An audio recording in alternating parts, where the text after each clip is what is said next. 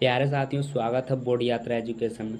अगर आप लोग क्लास 10th में हैं, ठीक ना, तो आप लोग क्लास 10th में हैं और अगले साल एग्ज़ाम देने वाले हैं, तो आप लोगों के लिए मैं लेके आया हूँ दही वाली मगम्मा का जो कि पहला चैप्टर है वर्णिका का, उसका मैं ऑब्जेक्टिव क्वेश्चन लाया हूँ, ठीक ना। तो आप लोगों को वीडियो के अंत तक बने रहना है। आप लोगों को काफ़ी आसानी होगी ऑब्जेक्टिव याद करने में। जो जो कहानी पढ़ चुके हैं उसको तो याद हो जाएगा तुरंत, ठीक ना। और जो नहीं पढ़े हैं इसको पढ़ लीजिए, उसके बाद पढ़ लीजिएगा कहानी। तो चलिए, पहला क्वेश्चन है दही वाली मगम्मा कहानी का कहानीकारक कौन है? तो श्रीनिवास है। ऑप्शन नंबर ए यहाँ पे बिल्कुल राइट आंसर हो जाएगा, ठीक ना। ये श्रीनिवास ने लिखा है। दूसरा नंबर है दही वाली मगम्मा कहानी का कथावाचक कहाँ के हैं? तो बेंगलुरु के हैं, ठीक ना। ऑप्शन नंबर सी।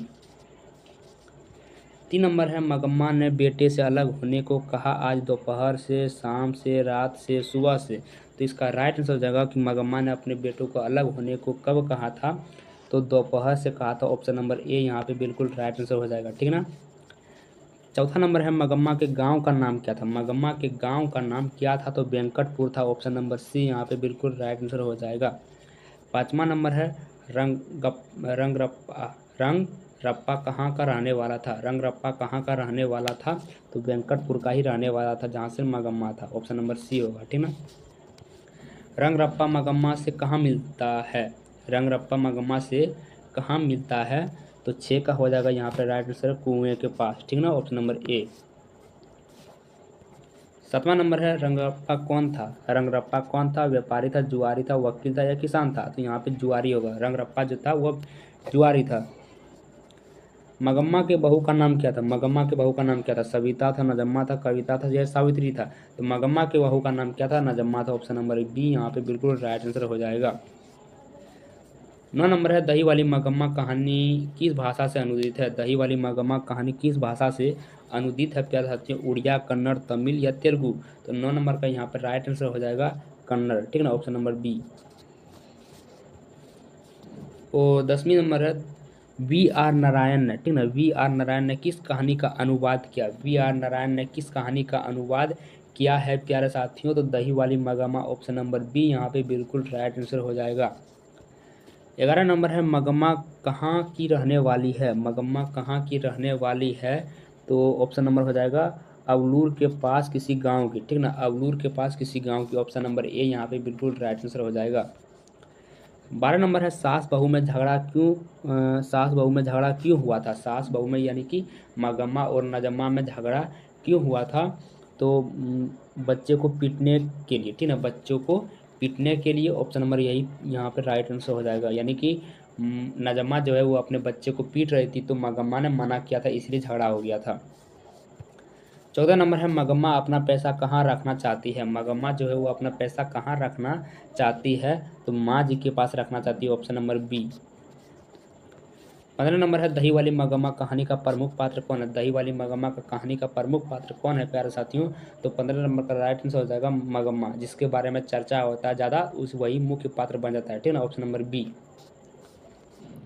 16 नंबर है दही वाली मगम्मा की कहानी किस संदेश देती है? किसे संदेश देती है? दही वाली मगम्मा की कहानी किसे संदेश देती है? तो बहुओं को देती है। ऑप्शन नंबर सी यहाँ पे बिल्कुल राइट आंसर हो जाएगा। 17 नंबर है कि मगम्मा क्या बेचती थी? मगम्मा दही बेचती थी। ऑप्शन नंबर सी। 18 नंबर है मगम्मा किस कपड़े की ब्लाउज पहनना चाहती थी? मगम्मा किस कपड़े की ब्लाउज पहनना चाहती थी प्यारे साथियों? तो मखमल के, ठीक ना। ऑप्शन नंबर सी यहाँ पे बिल्कुल राइट आंसर हो जाएगा। 19 नंबर है लेखक ने कहानी में मगरमच्छ की उपमा किसको दिया? लेखक ने कहानी में मगरमच्छ की उपमा किसको दिया? तो बहू को दिया। किसको दिया था? बहू को दिया था। Option number B. अब है 20 नंबर। 20वां नंबर है कि मगम्मा से कौन कर्ज मांग रहा था? मगम्मा से कौन कर्ज मांग रहा था? रंगरप्पा मांग रहा था। ऑप्शन नंबर ए यहाँ पे बिल्कुल राइट आंसर हो जाएगा, ठीक ना। 21 नंबर है उस घर में अब सास और बहू में स्वतंत्रता की होड़ लगी। यह पंक्ति किस कहानी की है? उस घर में अब सास बहू की स्वतंत्रता की होड़ लगी, यह पंक्ति किस कहानी है? तो दही वाली मगम्मा। ऑप्शन नंबर डी यहाँ पे बिल्कुल राइट आंसर हो जाएगा। अब है 22वां नंबर। 22वां नंबर है श्रीनिवास जी का जन्म कहाँ हुआ था? जो लेखक थे श्रीनिवास जी का जन्म कहाँ हुआ था प्यारे साथियों?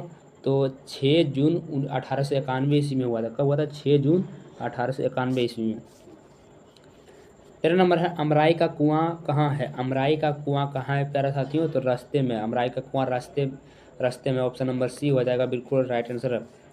प्यारे साथियों 24 नंबर है मगमा को किससे विवाद था। मगमा को बहू से विवाद था, यानी कि नजमा से विवाद था। Option number B. 25 नंबर है नजमा मगमा की कौन थी। नजमा जो थी वो मगमा की बहू थी। Option number C. प्यारे साथियों 30 क्वेश्चन है, 5 क्वेश्चन और बचे हैं। तो आप लोग अगर आप अभी तक चैनल को सब्सक्राइब नहीं किए तो चैनल को सब्सक्राइब कर लीजिए, इस वीडियो को लाइक कर दीजिए और अपने एक दोस्त के पास जरूर शेयर कीजिएगा। 26 नंबर है क्यों री राक्षसी इस छोटे से बच्चे को क्यों पीट रही है, किसने कहा। तो नजम्मा जब अपने बेटे को पीट रही थी तो मगम्मा ने ये कहा, ठीक ना। ऑप्शन नंबर ए।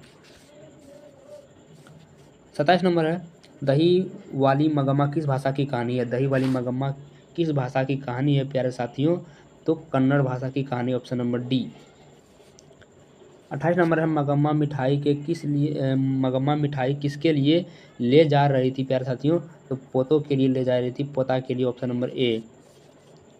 29 नंबर है दही वाली मगम्मा, ठीक है। यहाँ पे थोड़ा सा मिस्टेक हो गया टाइप करने में।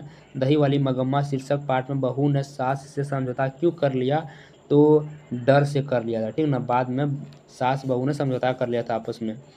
30 नंबर है लास्ट क्वेश्चन है प्यारे साथियों मगम्मा निम्नलिखित में से किसकी प्रतिनिधित्व करती है। तो मगम्मा निम्नलिखित में से किसकी प्रतिनिधित्व करती है, तो 30 नंबर का राइट आंसर हो जाएगा यहाँ पे एक ग्रामीण महिला की। ऑप्शन नंबर बी, ठीक ना। प्यारे साथियों अगर आप लोग अभी तक बने हुए हैं तो आप लोगों के लिए दिल से धन्यवाद।